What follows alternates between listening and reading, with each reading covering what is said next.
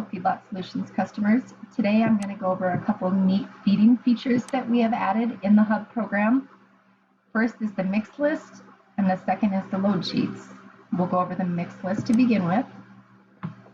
This is a really neat feature that the gals in the office are really going to like, as well as the guys out in the field actually feeding. You're able to produce these mix list report by your customizable parameters that you're going to put in here.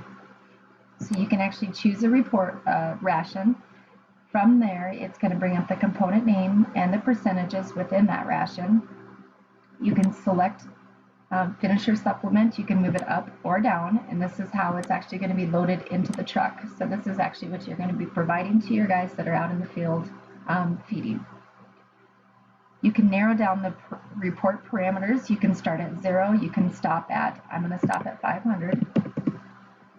Step up of 50, and you can round to the nearest 1, 10s, 20s, so on and so on. I'm going to leave it at 1 so we can get as accurate as possible. And then you can actually choose if you would like it cumulative or not cumulative. If you choose to leave it cumulative, you can leave the box selected. Once these parameters are all filled in, you can simply select OK, and it produces the report for you. You can choose to print this or save this, and this is actually what you can give to the guys that are out in the feed truck, and we think you're really going to like this feature. Along with the mix list, we also are able to produce load sheets. Same thing as the mix list. Anybody that's in the office, this is going to save a lot of time, and this is going to save a lot of time for the guys out in the field as well. So you first have to start off with your ration details. You can select the ration that you're going to be feeding. Just like the mix list, it brings up the mix order. You can move them up or down or change them around. Your feeding details, you can select an existing load sheet. I already had one made. If you did not, you can actually select a new load sheet and make it customizable to whatever you want to call it. I called this one the 6/29/20 AM feeding.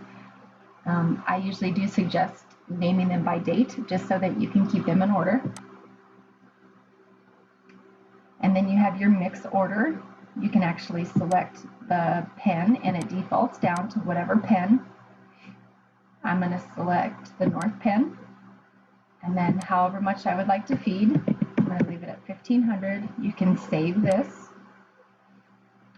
and then you can actually, instead of just producing one load sheet at a time, you can actually produce multiple load sheets. So this is just one load sheet. You can go back up here and select a new load sheet, and you can create multiple ones, which is a really nice feature as well. By selecting OK, it then brings up the load sheet that the program produced for you. You'll have your pen, your pounds, your truck scales, and what was actually fed. So this is what your calls are for up on top, and this is what actually was fed. Same way with the mix list, you're able to save these or export it to any of these, which is a really great feature. And like I said, you can actually print them too. So I think that you're really going to like these features and see how much time you're going to be able to save by producing these. I hope you enjoy.